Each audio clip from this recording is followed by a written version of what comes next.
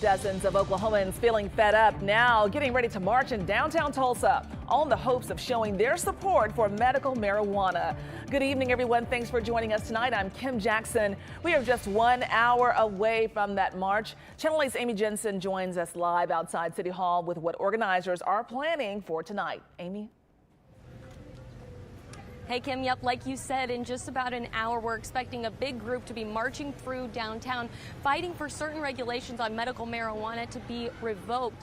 Now, the people voted, and they want to legalize medical marijuana, but groups like Green the Vote are mad after regulations were put in place that took apart State Question 788, making it illegal to sell smokable marijuana and requiring a pharmacist to be on site at any dispensary is not the regulations these groups say they were looking for.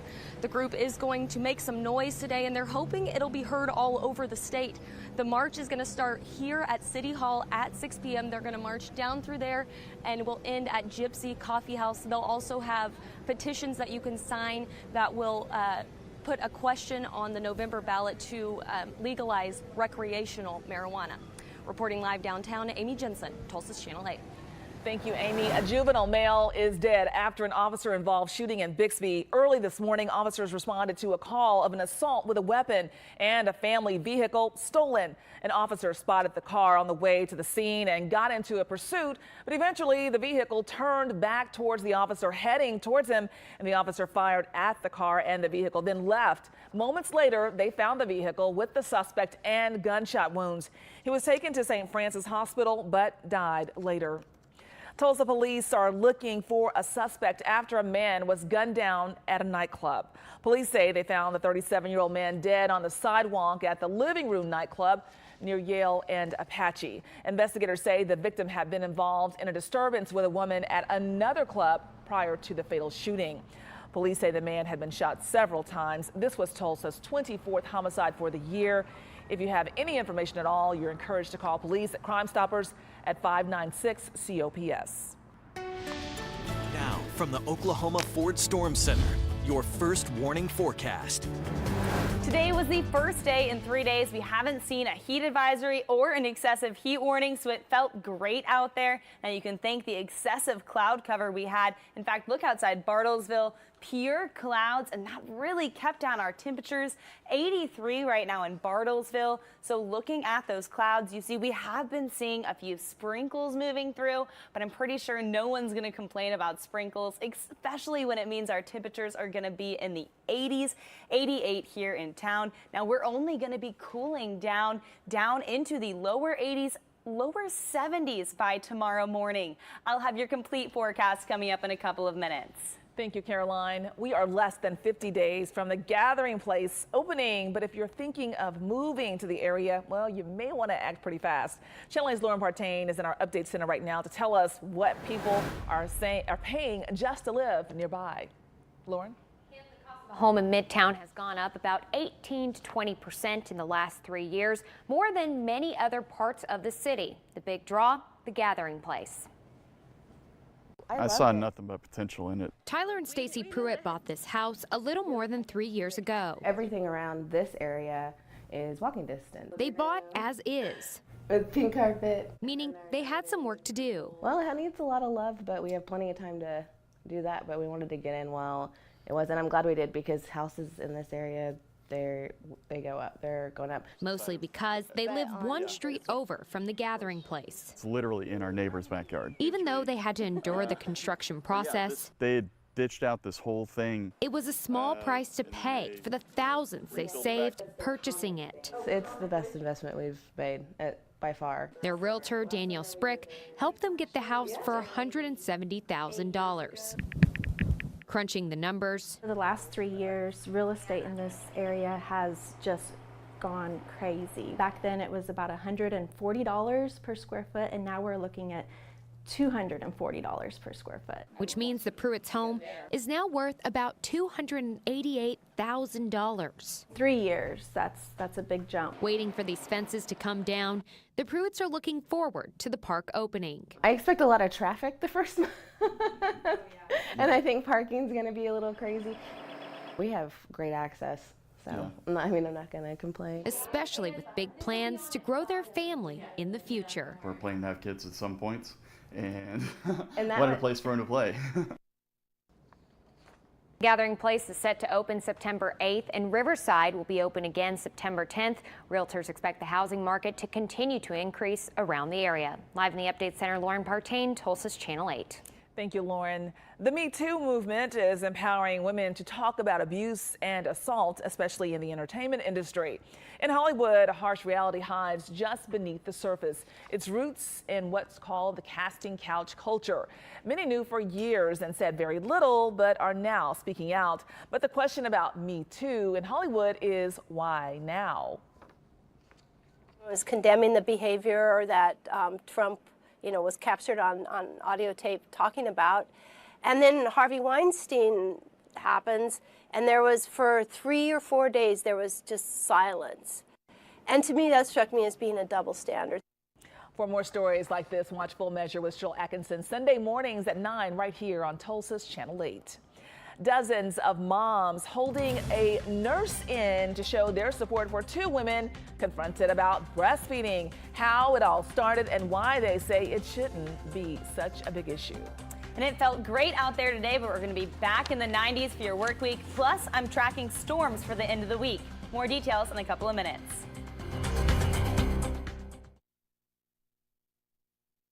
The internet and moms are showing their support for 2 women confronted about breastfeeding. It happened at a public pool in Minnesota. The complaints from other moms asking the women to be more discreet. ABC's Ariel Reshef looks at how their story is making waves on social media. That they support breastfeeding mothers. It's the breastfeeding backlash that sparked this so-called nurse-in. It's their right to nurse when and where they want. A Minnesota pool becoming a site for protest as dozens of moms flock to feed their little ones to prove a point. No mother has to feel the way that I was made to feel, humiliated and shamed for doing something so natural.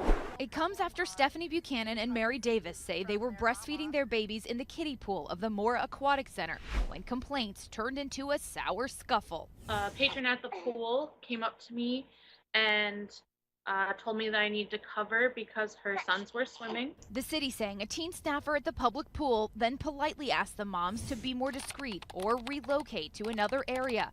When they did not, it created an untenable situation. The employee eventually calling 911. Apparently there's a mother breastfeeding in the shallow end and not being very discreet about it.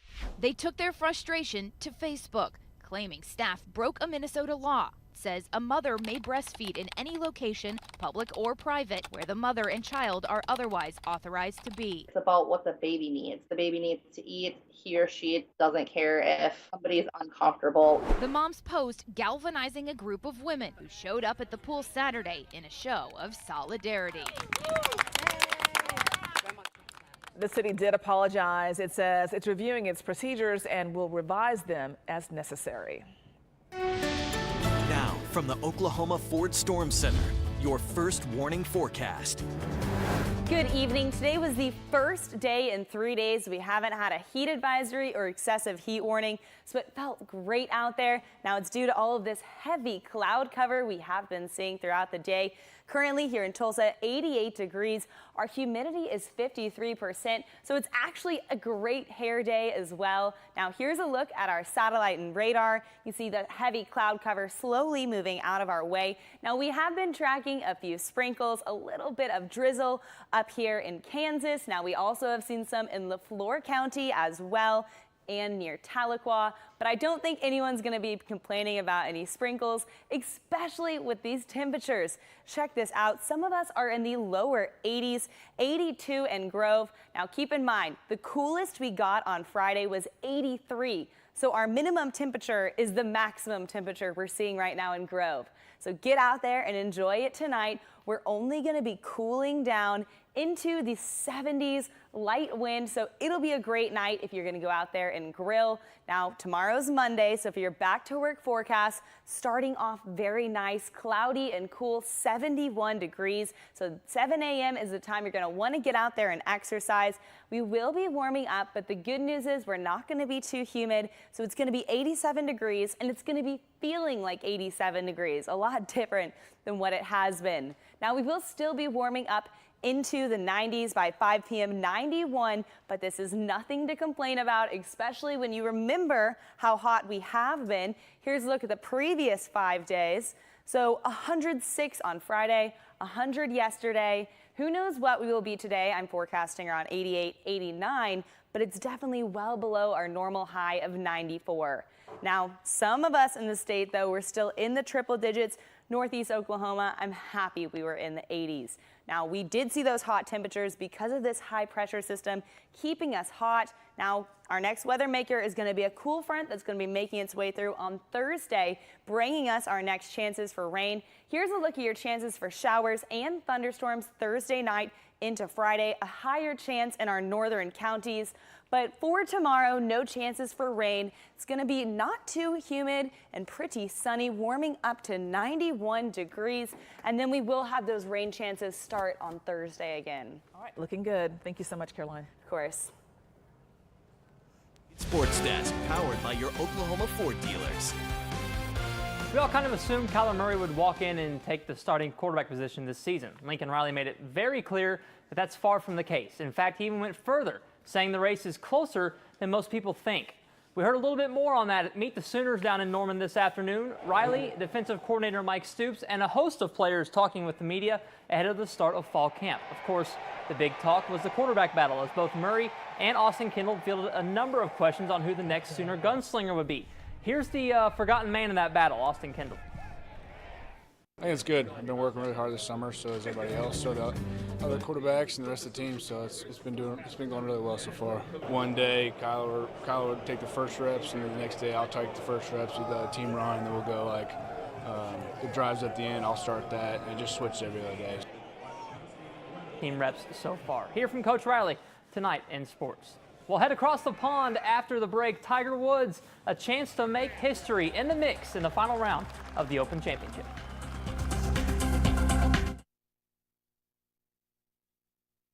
Final round of the Open Championship at Carnoustie. That guy, Tiger Woods, had the golf world tuned in all week and for good reason. Started the round 4 back and starts chopping his first birdie here on the 4th hole. Then this one on the par 5-6. Tiger took the solo lead into the back 9 on a Sunday, something we didn't think would ever happen again. I always thought it would happen again. I'm the biggest fan, of course. The 11th hole is where it all fell apart, though. This iron goes into the gallery, led to a double bogey 6. Woods would finish in a tie for 6th. Instead, it was his playing partner, Francesco Molinari, a bogey-free 69 and howling wins. He becomes the first Italian to win a major. Here's Tiger. A little ticked off of myself, for sure. I had a chance starting that back 9 to do something, and I didn't do it. I know I need to try and keep it in perspective, because at the beginning of the year, if you would have said you were playing the Open Championship, I would have said, I'd be very lucky to do that. It's going to sting for a little bit here. But given where I was to where I'm at now, blessed. Former Cowboy Ricky Fowler finished in a tie for 28th. So I'm sad that Tiger didn't win, but it's good to see him back. I mean, it was work, but it wasn't work. It was work, but it wasn't work. That's all right. We'll be right back. Check it out. More than 150 snails are slugging it out at the annual World Snail Racing Championship this weekend in Britain. Believe it or not, this has been going on since the 1960s. You can bring your own snails or pick one up from the organizer stash. There's a grand finale at the end. The winner gets a silver tankard full of lettuce. This year's winner was a snail named Pasta. That's goofy. What a boring race. Okay. Well, if you're heading out the door tomorrow, don't need an umbrella, but it will be hot, warming up to 91. Slugging it out. All right. Thanks for joining us tonight. Our coverage continues online at KTOL.com. See you back here tonight at 10. Have a good evening, everybody.